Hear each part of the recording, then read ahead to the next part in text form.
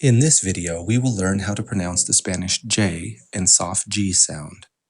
In any given dialect of Spanish, the J and soft G are pronounced exactly the same as one another. However, from one dialect to another of Spanish, this sound varies some. In Mexico, for example, it's fairly quiet, while in Spain it tends to be noisier and more guttural. Here we will learn the variety associated with standard Latin American Spanish. The letter J represents just one sound, and that is the sound we're learning in this lesson. The letter G has two sounds, the hard G, which we focused on in Lesson 4, and the soft G, which we're looking at right now.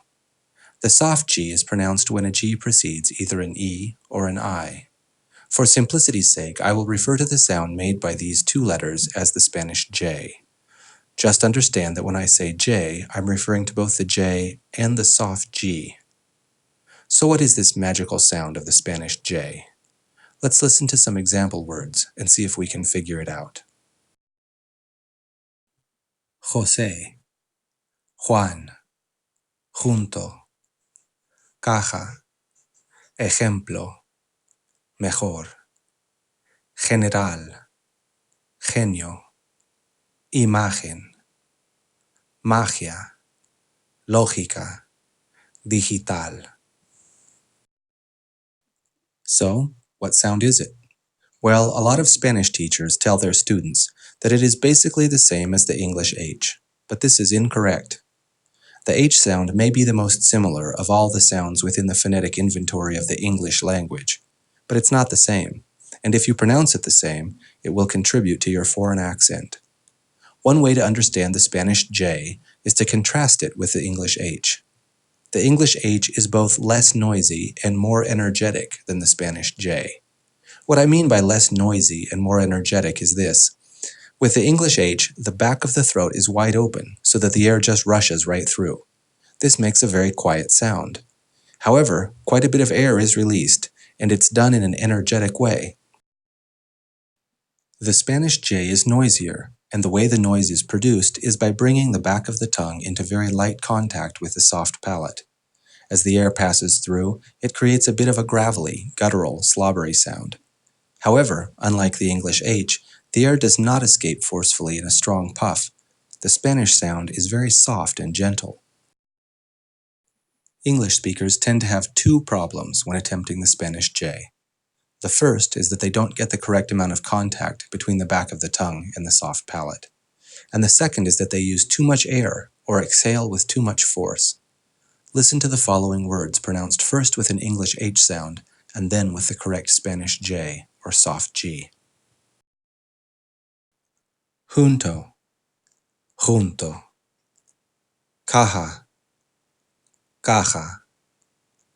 Ejemplo, ejemplo. Genio, genio. Imagen, imagen. Lógica, lógica. I'm sure you can hear that even though the Spanish J is noisier than the English H, it's still a very soft and gentle sound. I tell students to think of it like a cat's purr, noisy but gentle. Listen to these examples. Dibujo, sujeto, género, gelatina, vegetal. I'm not sure there's much more to say about the phonetics of the Spanish J. I will say this though.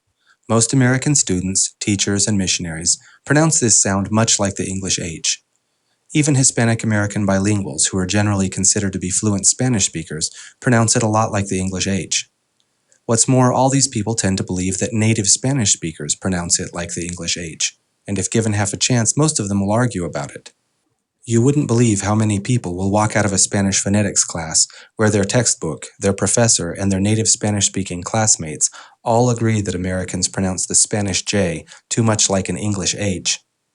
And yet they'll argue that wherever they learned Spanish, people pronounced it pretty much like an English H.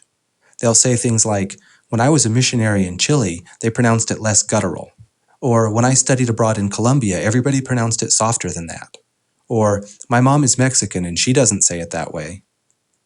Here's the thing. The way we hear things is influenced by the way we expect them to sound. So someone who thinks the Spanish J sounds like an English H is going to hear it that way. What they're really saying is that when they lived abroad, they pronounced it like an English H, and the natives were nice enough not to say anything about it. Also, when someone from a Spanish-speaking country moves to the US and learns English, their Spanish changes slightly, and one of the first sounds to change is the J. While bilingual Hispanic Americans are far ahead of typical native English-speaking students of Spanish, they do tend to pronounce the J kind of like an English H and insist that that's how it should be. But it isn't.